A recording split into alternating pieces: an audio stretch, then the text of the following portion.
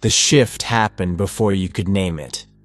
There's a particular kind of blindness that occurs in relationship psychology, not because the signs aren't there, but because they arrive in a language the mind isn't trained to read.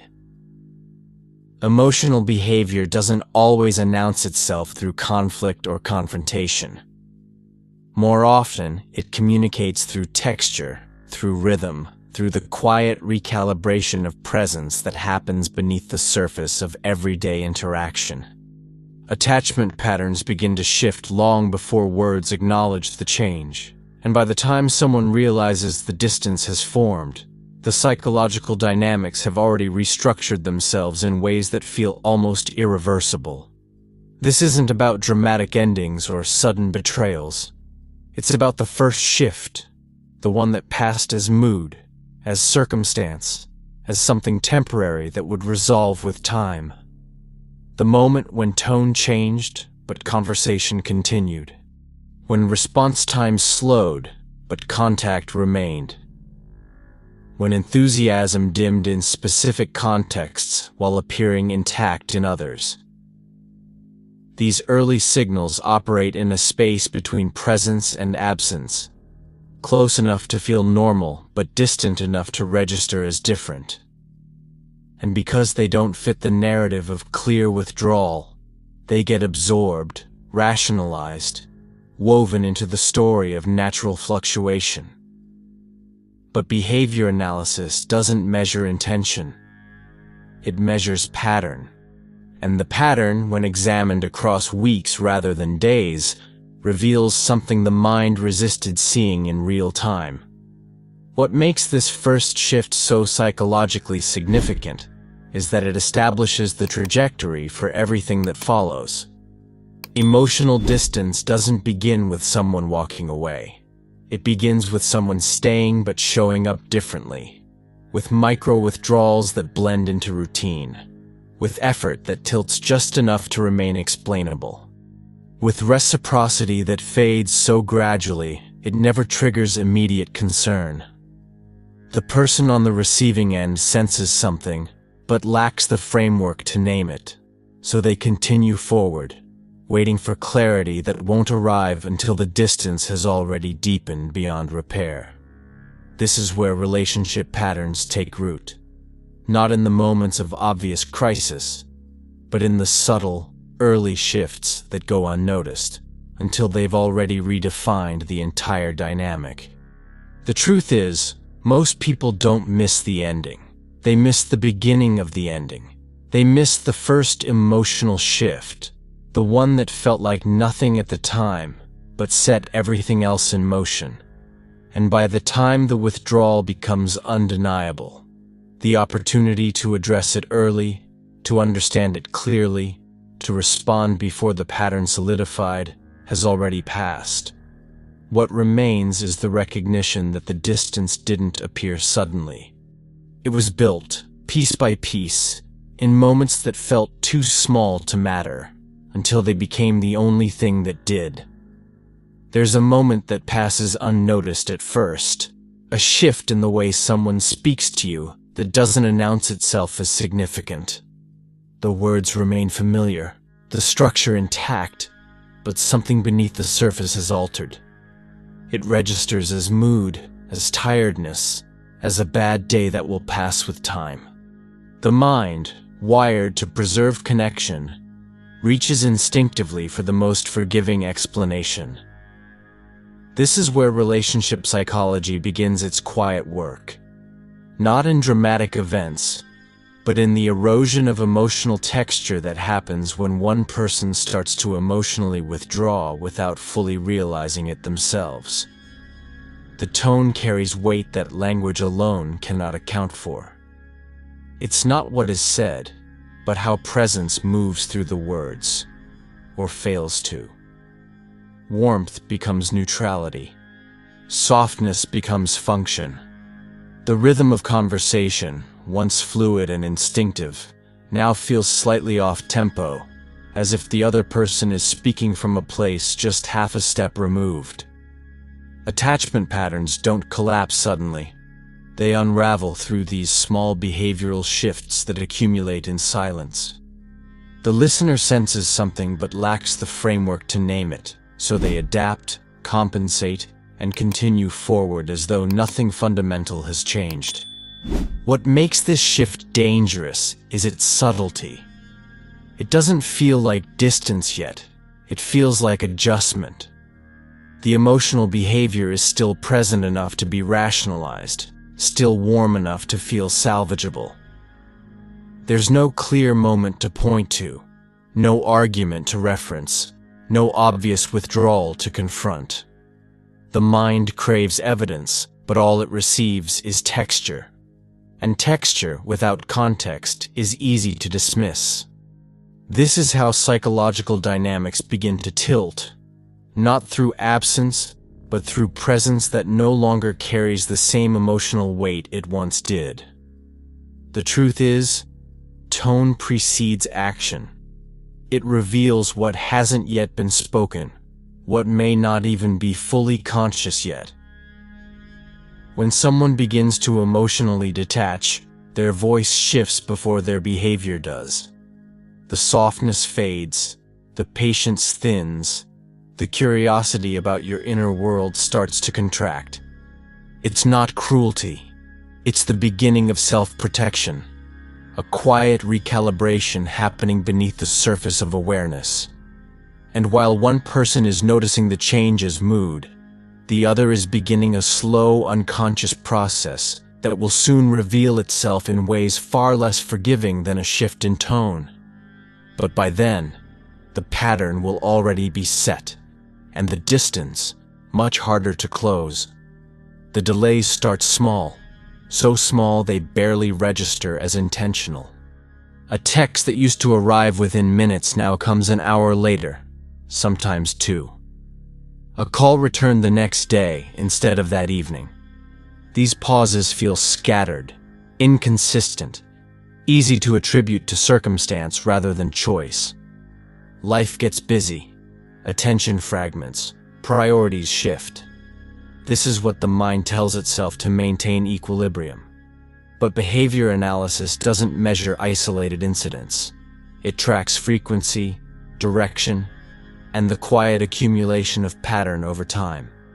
What feels random is often the early architecture of emotional distance being built in real time. Response time is a form of presence. It reflects not just availability, but priority, where someone's attention naturally gravitates when left to its own rhythm. When delays begin to cluster around specific types of interaction, when enthusiasm-based exchanges slow while functional ones remain steady, the shift becomes less about schedule and more about emotional withdrawal. The person isn't necessarily choosing distance consciously. They're simply no longer feeling the pull to close the space quickly. The urgency has dulled. The need to stay connected between moments has quietly receded, and what remains is a slower, more measured form of contact that no longer mirrors investment. This is where relationship dynamics begin to show their true structure. The delays aren't uniform. They follow an internal logic that only becomes visible when viewed across weeks, not days. Conversations that require emotional labor take longer to return to. Moments that demand vulnerability or depth get deprioritized, while surface-level exchanges continue at a normal pace. The pattern reveals what the words won't, that one person is beginning to ration their emotional energy, pulling back incrementally to preserve something they sense is no longer sustainable. It's not rejection yet, it's recalibration, a quiet renegotiation of what they're willing to offer. The danger lies in the interpretation. Each delay, taken alone, feels explainable. Stacked together, they form a map of retreat that becomes undeniable only in hindsight. The mind resists seeing it early, because acknowledging the pattern means confronting a shift that hasn't yet been spoken aloud. So the delays get absorbed, rationalized, woven into the narrative of normal fluctuation. But beneath that surface accommodation, something else is happening. A gradual erosion of reciprocity that will soon make itself known in ways that can no longer be mistaken for circumstance. Enthusiasm doesn't disappear all at once. It recedes selectively, withdrawing from certain areas while remaining intact in others. A pattern so uneven it becomes difficult to name. The excitement that once met your presence begins to flatten in particular contexts. When plans are made, when emotional topics arise, when connection requires more than surface engagement. Yet in other moments, light conversation, shared routines, external social settings, the energy still appears, enough to suggest that nothing fundamental has changed. This unevenness is what makes the shift so disorienting. It doesn't feel like loss of interest. It feels like inconsistency, like mood, like something temporary that will eventually stabilize. But enthusiasm is not random. It follows emotional behavior with precision, revealing where investment still exists and where it has quietly begun to drain. When someone starts to pull back, they don't withdraw uniformly. They withdraw from the parts of connection that require the most from them. Depth becomes effortful. Vulnerability feels heavy. Future-oriented conversation triggers a subtle resistance that wasn't there before. The enthusiasm that remains is often performative or situational, sustained by habit or social context rather than genuine emotional pull. Attachment patterns show themselves here, not in what's said, but in what no longer generates spontaneous energy. This selective enthusiasm creates a disorienting dynamic. The person on the receiving end begins to notice the gaps, but they also notice the moments where things still feel normal, even good. The contrast makes it easy to believe the withdrawal is situational, that stress or external factors are temporarily dampening what will return with time. But psychological dynamics don't operate that way.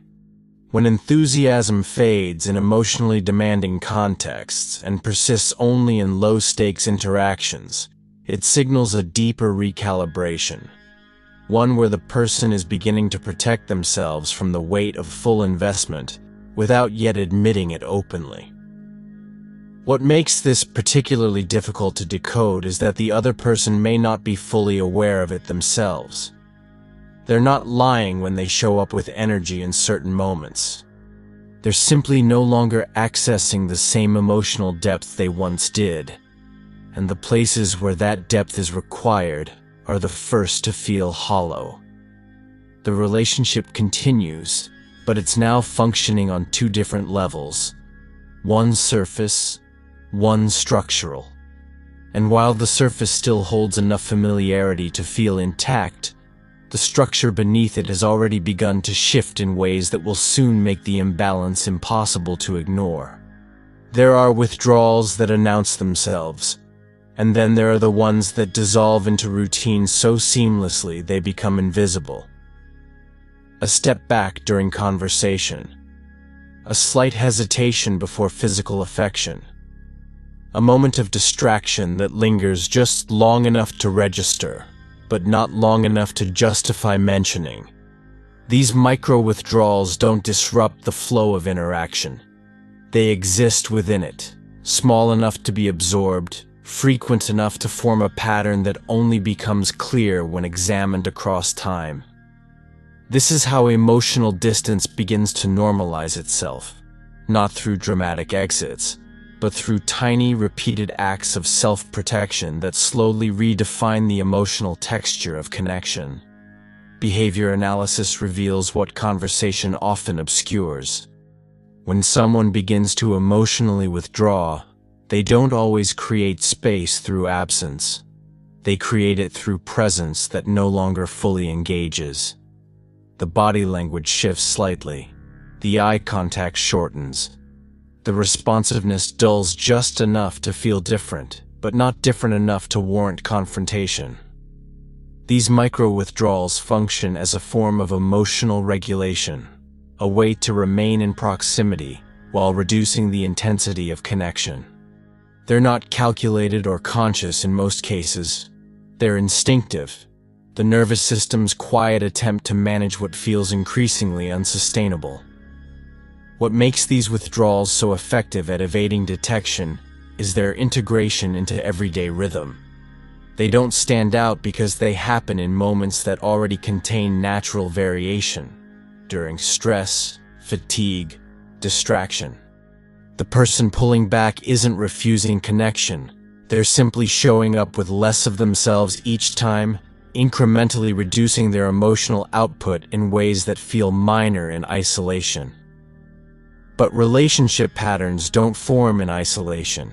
They form in accumulation, in the slow layering of small shifts that eventually create a new baseline, one where reduced presence becomes the norm, and the original depth of connection starts to feel like a memory rather than a reality.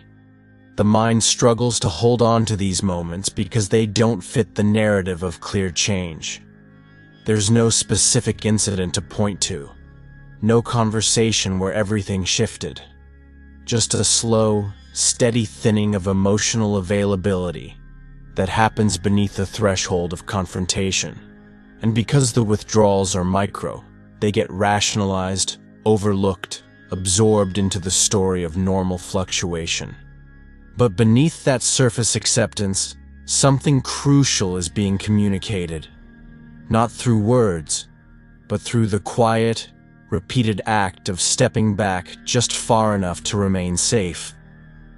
Effort, when it begins to tilt, doesn't announce itself with clarity. It shifts gradually, unevenly, in ways that allow both people to maintain the illusion of balance for far longer than the reality supports. One person starts initiating slightly more often, planning slightly more, checking in slightly more. The other responds, participates, shows up, but no longer generates momentum on their own. The imbalance exists, but it's subtle enough to be explained away. They're busy, they're stressed, they're going through something temporary. The mind, wired to preserve connection, will construct elaborate justifications to avoid confronting what the behavioral evidence is already revealing.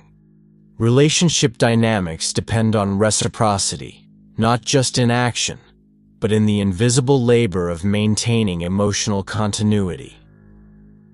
When one person begins to reduce their investment, the gap doesn't immediately show, because the other person, often unconsciously, increases theirs to compensate. They start doing the work of two, filling in the silence, bridging the distance, sustaining the rhythm that once flowed naturally from both sides. This compensation masks the imbalance temporarily, but it also deepens it. The person pulling back feels less pressure to re-engage because the relationship continues to function. The person leaning in feels more exhausted, more uncertain, but not yet clear on why. What makes this stage so psychologically disorienting is that the imbalance doesn't present itself as withdrawal. It presents itself as difference in style, in capacity, in current circumstances. The person reducing effort hasn't stopped participating. They've simply stopped initiating, stopped anticipating, stopped holding the emotional thread between interactions. And because they still respond when approached, the illusion of mutual investment remains intact just long enough to delay recognition. This is where attachment patterns begin to reveal themselves, not in absence, but in the quiet redistribution of labor that transforms a partnership into something closer to maintenance. The rationalization persists because the alternative is too destabilizing to accept without more evidence. Acknowledging the imbalance early means confronting the possibility that the other person is no longer equally invested, that the connection is being sustained by one-sided effort, that what feels like partnership may already be operating on borrowed momentum. So the mind waits, hopes, adjusts. But while it waits, the imbalance deepens, the exhaustion accumulates, and the psychological dynamics shift further into territory that will soon demand a reckoning neither person is fully prepared to face. Reciprocity is the silent contract that holds connection in place. It's not transactional, not measured in exact exchanges, but it operates on a felt sense of balance, that what you offer is met with something equivalent in return.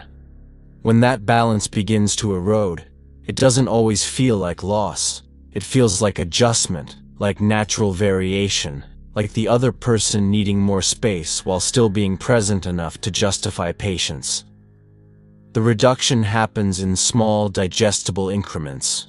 Fewer questions about your day, less curiosity about your inner world, a gradual shift from mutual exploration to functional exchange. And because the shift is gradual, it bypasses the alarm systems that would activate in the face of sudden change. Emotional behavior reveals itself most clearly not in what someone does, but in what they stop doing without explanation. When reciprocity fades, it's not always marked by conflict or explicit withdrawal. It's marked by the quiet disappearance of gestures that once felt automatic. The unprompted check-in stops coming. The spontaneous expression of affection becomes less frequent. The attention that used to meet your emotional needs with instinctive responsiveness now requires prompting, and even then, it arrives with less depth than before. This is how psychological dynamics begin to communicate what words won't, that the other person is no longer operating from the same internal drive to maintain closeness. What makes this reduction particularly difficult to address is its lack of dramatic markers. There's no refusal, no overt neglect, no clear moment to point to and say, "This is where it changed." The person is still there, still responding, still participating in the relationship's existing structure. But the energy beneath that structure has shifted. They're no longer reaching toward connection with the same frequency or intensity. They're maintaining, not building. Showing up, not leaning in. And because maintenance can feel close enough to reciprocity, especially when compared to outright absence, the mind accepts it as sufficient, at least for now. But behavior analysis doesn't measure sufficiency, it measures direction. And the direction here is clear. One person is slowly reducing their emotional output, while the other continues to invest at the original level. The gap widens incrementally, almost imperceptibly, until one day, the imbalance becomes impossible to ignore. But by then, the pattern has been set, the emotional withdrawal has deepened, and what began as a quiet reduction in reciprocity has evolved into something far more structured, a relational dynamic where one person is no longer equally present, even when they're standing right in front of you. The mind operates on two tracks simultaneously, one that observes and one that interprets. Intuition registers the shift early, sensing the change in emotional texture before language can frame it. It notices the micro-withdrawals, the delays, the thinning of presence. But interpretation intervenes, offering alternative explanations that soften the signal. Maybe they're overwhelmed, maybe it's temporary, maybe you're overreacting. This internal conflict creates a disorienting state where the person knows something is wrong, but can't fully justify acting on that knowledge. The evidence feels real, but circumstantial, undeniable, but not yet provable. And so they remain suspended between what they sense and what they allow themselves to believe. This is where attachment patterns exert their strongest influence. Someone with anxious attachment may catastrophize the shifts, reading every small change as confirmation of impending loss. Someone with avoidant tendencies may dismiss the signals entirely, convincing themselves that distance is natural and concern is unnecessary. But regardless of attachment style, the fundamental tension remains the same. The body is registering a pattern that the mind is not yet ready to confront. The intuition is accurate. Relationship psychology confirms that behavioral shifts precede verbal acknowledgement by weeks, sometimes months. But optimistic interpretation delays action, keeps the person engaged, maintains hope in the face of mounting evidence that something fundamental has changed. The confusion intensifies because the other person's behavior remains inconsistent enough to validate both perspectives. There are still good moments, still flashes of the connection that once felt effortless. These moments become proof that the intuition is wrong, that the concern is exaggerated, that patience will eventually restore what feels temporarily disrupted. But psychological dynamics don't operate on isolated moments. They operate on trajectory. And the trajectory here is one of gradual emotional withdrawal, punctuated by occasional returns to closeness that feel significant precisely because they've become rare. The intermittent reinforcement keeps the intuition doubting itself, even as the pattern continues to clarify. What eventually breaks through the confusion is not a single revelation, but the accumulated weight of evidence that can no longer be reinterpreted. The delays become too consistent. The withdrawals become too frequent. The imbalance becomes too exhausting to sustain. And in that moment, the intuition that was dismissed for weeks or months is finally validated. Not because it was ever wrong, but because the mind has finally caught up to what the body already knew. But by then, the emotional distance has deepened, and the clarity that arrives comes with the quiet recognition that the shift wasn't temporary at all. The past becomes a lens when the present feels too unstable to interpret clearly. When faced with confusing emotional behavior, the mind instinctively reaches backward, searching for precedent, for previous versions of the person that might explain what's happening now. It asks, have they done this before?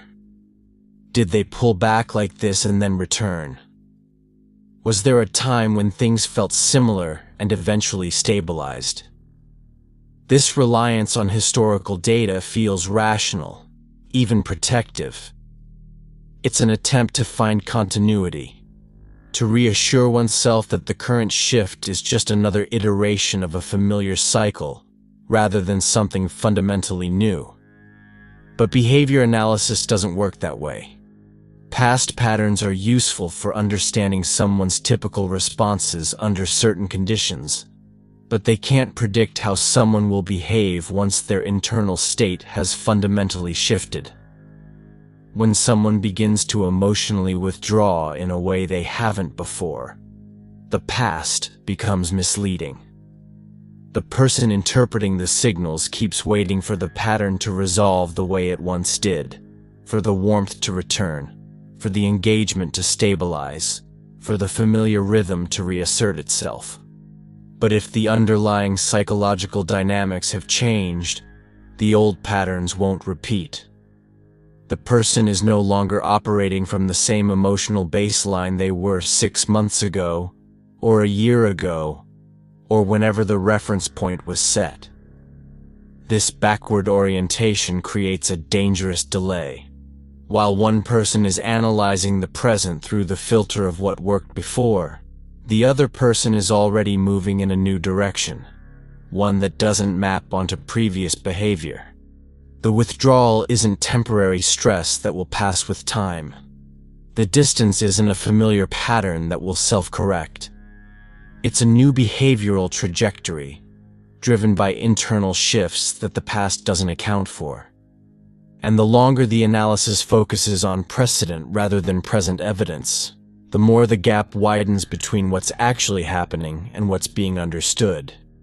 What eventually forces the shift from past to present is the undeniable accumulation of behavior that has no historical parallel. The person realizes they've never seen this level of emotional distance before, this degree of disengagement, this consistent reduction in effort. And in that moment of recognition, the past stops being useful. The only data that matters is what's happening now. And what's happening now is something the relationship hasn't encountered before. But by the time that clarity arrives, the other person has often moved further into their withdrawal than anyone realized, and the window for early intervention has already closed. Self-protection doesn't always begin with conscious decision. It often starts as a quiet internal shift, a subtle recalibration of emotional availability that happens beneath the threshold of full awareness. The person begins to hold back slightly, to invest a little less, to create small buffers between themselves and the full weight of connection. They may not be able to articulate why, and if asked directly, they might deny that anything has changed. But the nervous system has already registered something, perhaps an unmet emotional need, perhaps a sense that the relationship requires more than they can sustainably offer, perhaps a quiet recognition that their feelings are no longer aligned with their behavior. The body responds before the mind has language for it. This early stage withdrawal is particularly difficult to detect because it doesn't present as rejection. The person is still present, still engaged in the mechanics of relationship, still showing up in ways that feel close enough to normal. But underneath, they've begun the process of emotional detachment, not as a deliberate strategy, but as an instinctive response to something that no longer feels safe or sustainable. Attachment patterns reveal themselves here with precision. Someone with avoidant tendencies may create distance as soon as emotional intensity increases beyond their comfort threshold. Someone who fears abandonment may begin self-sabotage behavior to preemptively control the outcome they believe is inevitable. Either way, the self-protection is functional, not malicious, a way to manage internal discomfort that hasn't yet been named. What makes this stage so psychologically significant is that it happens before the relationship has any obvious crisis to point to. There's no fight, no betrayal, no external event that justifies the shift. The emotional withdrawal is happening in response to something internal, something the person may not even consciously recognize yet. They're beginning to pull back because staying fully invested has started to feel unsafe, exhausting, or incompatible with something deeper they haven't articulated.